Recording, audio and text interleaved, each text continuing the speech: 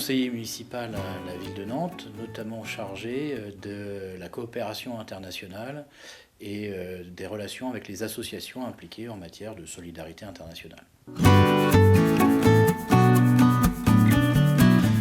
C'est extrêmement important parce que je dirais tout d'abord que Nantes, les Nantaises et les Nantais ont une relation toute particulière avec l'Afrique. Évidemment, on pourrait parler de l'histoire, mais j'ai envie surtout de parler de choses très contemporaines. Nous avons la chance à Nantes d'avoir des dizaines d'associations en relation avec l'Afrique. Chaque année, il y a des dizaines, là aussi, de projets de solidarité internationale qui concernent des associations nantaises en Afrique. Et c'est aussi donc pour tout cela, toutes ces raisons, qu'il nous a semblé évident qu'il fallait créer un espace qui puisse être dédié à l'ensemble de ces acteurs, qui permettent aussi des rencontres et pourquoi pas un petit peu de coordination, parce qu'il y a une foule de projets, une foule d'envies, et c'est bien de permettre à tout à chacun de se retrouver. C'est à la fois important de fédérer, mais c'est aussi important de permettre aux uns et aux autres de se rencontrer et pourquoi pas de s'enrichir mutuellement et d'enrichir mutuellement leur programme.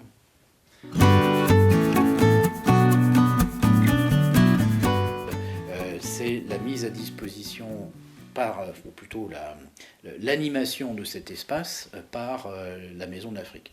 Il nous a semblé extrêmement important que ça ne soit pas piloté que par la ville, mais que ce soit vraiment une animation associative. Pourquoi j'insiste sur ce point-là? C'est que la ville de Nantes a elle-même ses actions, des actions publiques portées par la collectivité en matière de solidarité internationale, je l'évoquais tout à l'heure, mais pas simplement. Mais ces actions-là, j'ai envie de dire qu'elles seraient presque vaines s'il n'y avait pas une implication, avant tout, des acteurs dits de la société civile. Et c'est ça notre partenariat, c'est d'apporter un lieu, des moyens aux acteurs de la société civile pour non pas être en complémentarité simplement avec la ville, mais aussi pour mener leurs propres actions. Et c'est ça qui est important.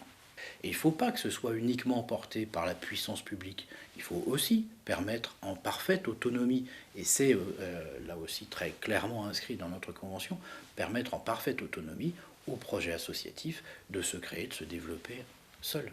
Je tiens vraiment à dire à quel point je suis personnellement, là je ne dis pas simplement en tant qu'élu nantais, mais bien en tant que nantais, très fier qu'on ait réussi à créer cette Maison de l'Afrique. Une Maison de l'Afrique qui est une première en France, et je crois que c'est pas rien.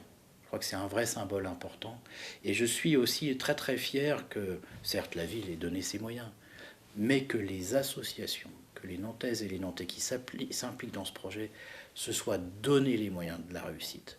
Parce que, entre vous et moi, c'était pas gagné d'avance. Certes, c'était quelque chose qui était demandé depuis presque 30 ans, 27 ans pour être précis, mais il fallait encore arriver aussi à ce que tout le monde s'accorde sur un projet partagé et qu'on ait réussi, que la Maison de l'Afrique ait réussi à le faire. C'est pour moi un vrai signe de fierté d'être à Nantes.